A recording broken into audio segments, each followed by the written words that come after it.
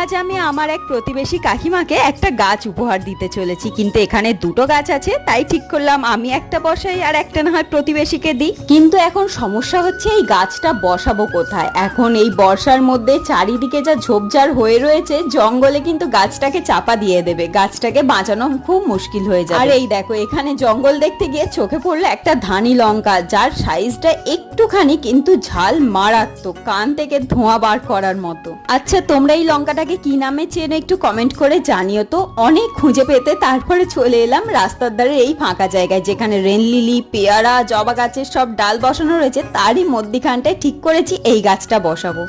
আর আমার ওই প্রতিবেশী কাকিমা, যাকে আমি এই গাছটা উপহার দিয়েছি, সে কিন্তু এটা পেয়ে ভীষণ খুশি হয়েছে। আচ্ছা, তোমাদের মনে আছে যেই কাকিমার থেকে আমি ওই দোলন চাপার বাল্ব এনেছিলাম, তাকেই আমি এই গাছটা উপহার দিয়েছি। আচ্ছা, এতে কি রঙের ফুল হবে তোমরা কেউ গেস করতে পারো নাকি?